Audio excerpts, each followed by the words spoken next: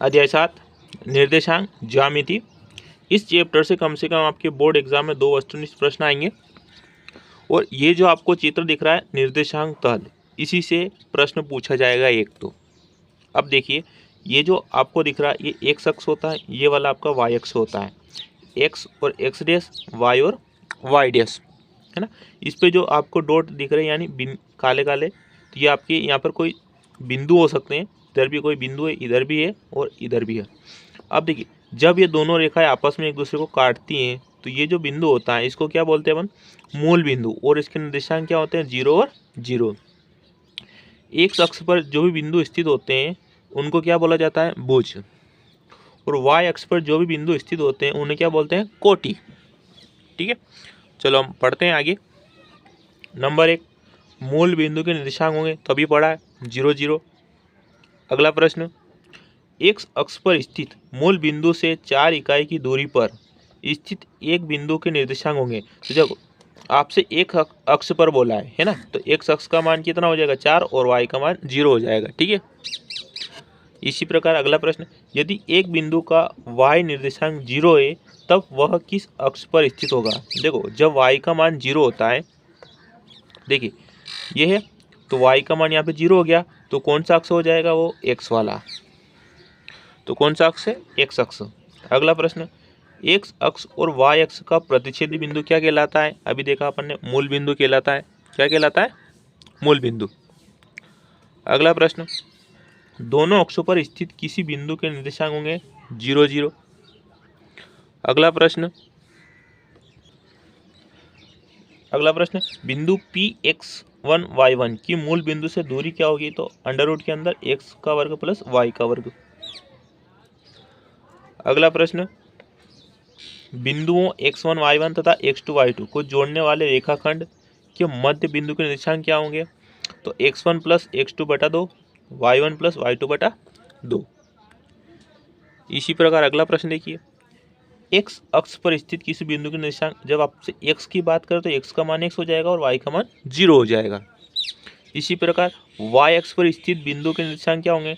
तो y का मान y हो जाएगा और x का मान 0 हो जाएगा, यानी जिसका पूछे उसका। तो ठीक है, अगला प्रश्न है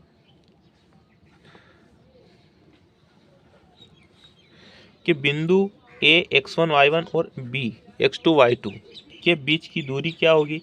तो अंडर रूट के अंदर x2 माइनस x1 का वर्ग प्लस y2 माइनस y1 का वर्ग।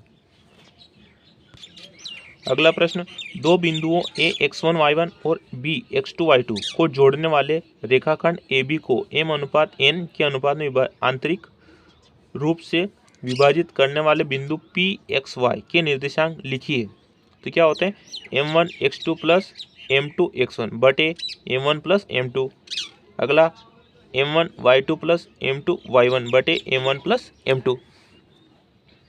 इसी प्रकार अब देखिए, आपका ये जो प्रश्न है, ये प्रश्न आपको 2 नंबर में पूछा जाएगा। कितने नंबर में? 2 नंबर में पूछा जाएगा। ठीक है, और 1 नंबर में भी आ सकता है आपके ऑब्जेक्टिव के रूप में। ठीक, अब आपसे क्या बोला? बिंदु 0,5 एवं -5 0 के बीच की दूरी क्या होगी? तो आपसे दूरी पूछी है ना, तो दूरी का सूत्र क्या होता है? जैसे कि ये x2, देखिए ये आपका x1 y1 x2 y2, तो x2 माइनस x1 का वर्ग प्लस y2 माइनस y1 का वर्ग। अब देखिए, सबसे पहले x2 का मान रखें, ये रहा -5, x1 0 plus y2 0 minus y1 5। अब देखो, 5 में 0 घटाओ तो 5 ही बचेगा माइनस का, प्लस 5 में 0 घटाए तो 5 ही बचेगा। ठीक है, अब 5 का वर्ग कितना हो गया? 25, और इधर 5 का वर्ग 25, तो कितना हो गया? अंडर रूट के अंदर 50। इसको अपन कैसे लिख सकते हैं? तोड़ के 5 गुणा 5 5 25, 25 दूना 50, ऐसे हो सकता है। और ये 5 बाहर आएगा तो अंदर क्या बचेगा? 2। तो आंसर क्या आ गया? 5√2। यानी ये प्रश्न आपके 2 नंबर में भी आ सकता है, इसको अच्छे से पढ़िएगा। अगला प्रश्न, वही दूरी वाला, A2 3 और P4 1 के बीच की दूरी क्या होगी? ये प्रश्न आपके 2023 की बोर्ड एग्जाम में आया हुआ है, तो वापस आ सकता है 2024 में।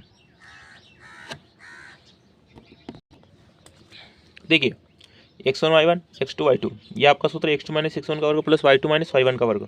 x2 का मान कितना है 4 माइनस x1 का 2 प्लस y2 का 1 माइनस y1 का 3।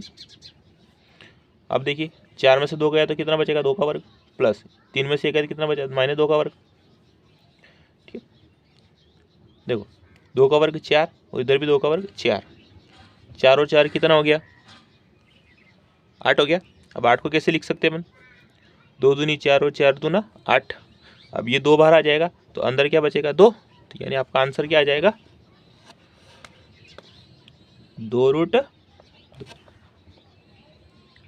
अगर आपको हमारा वीडियो अच्छा लगा तो वीडियो को लाइक से सब्सक्राइब करें।